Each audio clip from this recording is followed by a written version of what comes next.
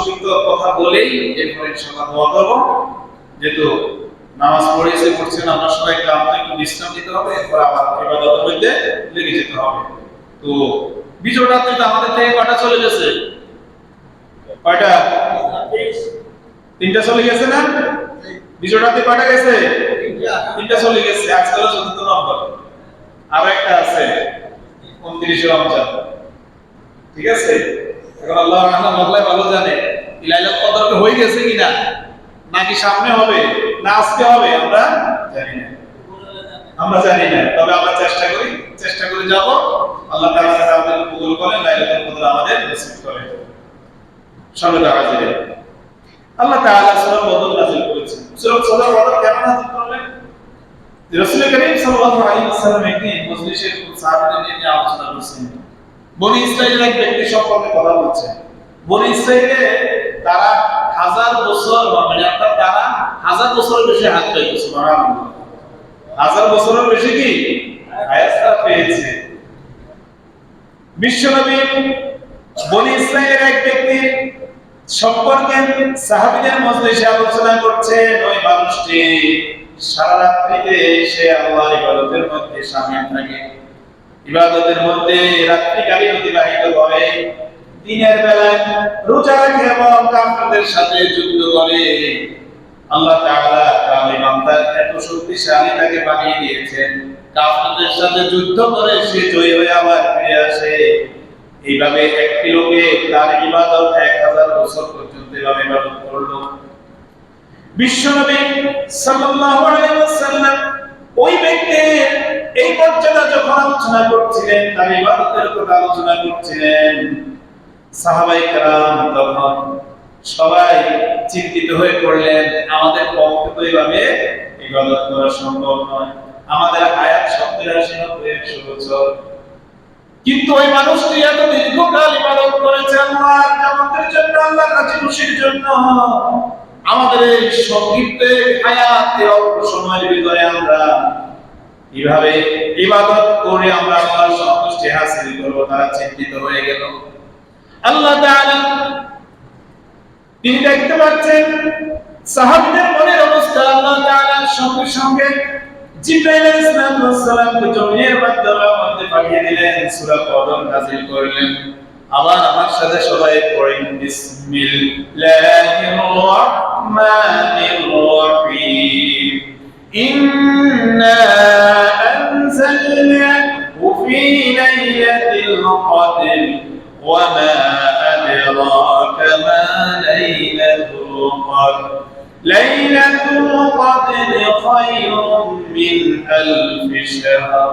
تنزل الملائكة والروح فيها بإذن ربهم من كل أمر سلام هي حتى مطلع الفجر. الله تعالى বলেন, ইন্না আনজালনা, নিশ্চয় আমি নাযিল করেছি। এই নাযিল দ্বারা বোঝানো হয়েছে আল্লাহ তাআলা কোরআনের কথা বলেছে। ফি লাইলাতিল কদর, কদর রাত্রিতে। আল্লাহ তাআলা বলেন, আমি কদরের রাত্রিতে আমি নাযিল করেছি কোরআনুল কারীম, আমি নাযিল করেছি। ওয়া মা আদরাকা মা লাইলাতুল কদর। হে নবী, আপনি কি জানেন কদরের রাত্রিটা কি? প্রশ্ন করছেন কে? বলেন আল্লাহ। সবাই বলেন, প্রশ্ন কে করছেন? আল্লাহ। আল্লাহ বলছেন যে লাইলাতুল কদর কি? আল্লাহ তাআলা নিজে আবার প্রশ্ন করে, নিজে আবার আনসার দিচ্ছেন, লাইলাতুল কদর খায়রুম মিন আলফি শাহর। এই কদরের মর্যাদা, কদরের রাতের মর্যাদা 1000 মাসের রাতের চাইতেও এর মর্যাদা আল্লাহ তাআলা অনেক গুণ বাড়িয়ে দিয়েছেন। সুবহানাল্লাহ। শুধু কি তাই? লাইলাতুল কদর খায়রুম মিন আলফি শাহর। তানাজ্জালুল মালাইকাতু ওয়ার রূহু ফিহা বিইذনি রাব্বিহিম মিন কুল্লি আমর। এই রাতে প্রত্যেক বরকতপূর্ণ বিষয় নিয়ে ফেরেশতা তারা জিবরাইল আলাইহিস সালাম এই দুনিয়াতে রাত্রিতে তিনি অবতীর্ণ হন। জিবরাইল আলাইহিস সালাম এবং তার নেতৃত্বে অসংখ্য ফেরেশতা আস্তে অর্থাৎ এই লাইলাতুল কদর রজনীতে নাযিল হয়।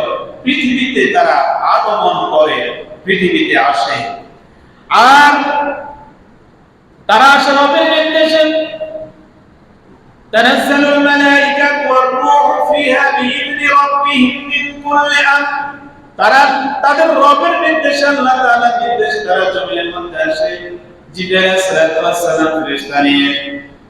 এরপরে তারা সেই পর্যন্ত থাকে। তানাজ্জালুল মালাইকাতু ওয়ার রূহু ফিহা বিইذনি রাব্বিহিম মিন কুল্লি আমর সালামুন হিয়া হাত্তা মাতলাইল ফাজর। সে রাত্রি হলো সম্পূর্ণ শান্তিপূর্ণ, শান্তিময় ফজর পর্যন্ত, অর্থাৎ ফজরের আগ পর্যন্ত পুরো রাত্রিটি আল্লাহ তাআলা শান্তিময় করে দিয়েছেন, আল্লাহ তাআলা বরকত দিয়ে পরিপূর্ণ করে দিয়েছেন এই রাত্রিটি। প্রিয় ভাইরা, মা বোনেরা, রাত্রির মর্যাদা আল্লাহ তাআলা স্পেশালি আমাদেরকে দিয়েছেন আমাদেরকে বাঁচানোর জন্য, আমরা যাতে বাঁচতে পারি। আল্লাহ তাআলা এই রাত্রির ইবাদত যদি কবুল করে নেন, যদি লাইলাতুল কদর আপনার আমার নসিব হয়ে যায়, এটা আমাদের জন্য সফলতা। সুবহানাল্লাহ, এটা আমাদের জন্য সবচেয়ে বড় সফলতা।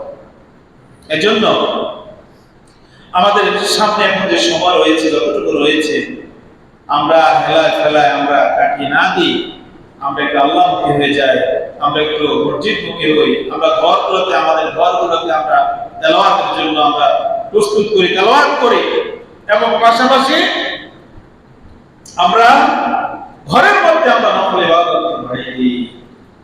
রমজান চলে যাবে, রমজান যদি কিয়ামতের মাঠে দুটো বিষয় হবে, রমজান হয় পক্ষে সাক্ষ্য দিবে, না হয় বিপক্ষে সাক্ষ্য দিবে, দুটোই বিষয় হবে। এখন চিন্তা করেন আমরা কি করছি, আমরা যা করেছি এই পর্যন্ত, রমজানকে আমাদের পক্ষে সাক্ষ্য দেওয়ার সম্ভাবনা আছে কিনা? সম্ভাবনা খুবই কম। আল্লাহ আমাদের মাফ করুন। যদি বিপক্ষে সাক্ষ্য দেয়, মুসিবতে আমরা পড়ে যাব আখিরাতে। এ ভাইয়া, এজন্য আমরা এখন কেনাকাটা যা কিছু, এখন যা অবস্থা আমরা দাঁড়িয়েছি, মনে হচ্ছে যেন সামনে রমজান শেষ হচ্ছে আমাদের শুধু আনন্দের জন্য।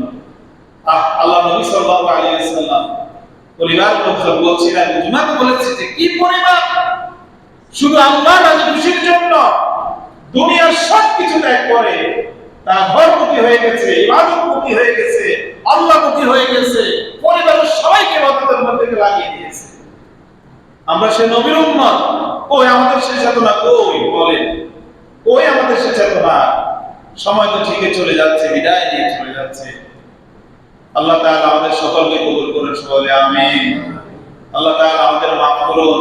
এখন নাজাত, জাহান্নাম থেকে বেশি পরিমাণ নাজাতের জন্য দোয়া করবেন।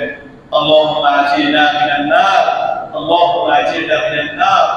দোয়াটা বেশি করে, আল্লাহুম্মা ইন্নাকা আফুন তুহিব্বুল আফওয়া ফা'ফু আন্না। বেশি পরিমাণ আল্লাহুম্মা ইন্নাকা আফুন তুহিব্বুল আফওয়া ফা'ফু আন্না। জবানে শুনে এগুলো চলবে। এখন কোনো কোনো কথা নাই, অপ্রয়োজনীয় কোনো কথা নাই। চলতে ফিরতে ঘুমাইতে গেলে শুধু দোয়া করবে, শুধু নাজাতের দোয়া।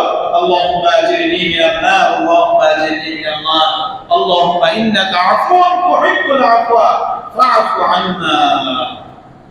বলছি আল্লাহ তাআলা যদি আপনার 60-70 বছর 80 বছর যায় আমাদের হয়েছে, আল্লাহ তাআলা যদি বলেন যে এই মুহূর্তে আমি আমার বান্দাকে ক্ষমা করে দিলাম, এই বলার সাথে সাথে ক্ষমা হয়ে গেছে। সুবহানাল্লাহ। সুতরাং আল্লাহর কাছে চাইলে আল্লাহ তাআলা খুশি হন। আসুন আমরা সবাই সবার জন্য দোয়া করি।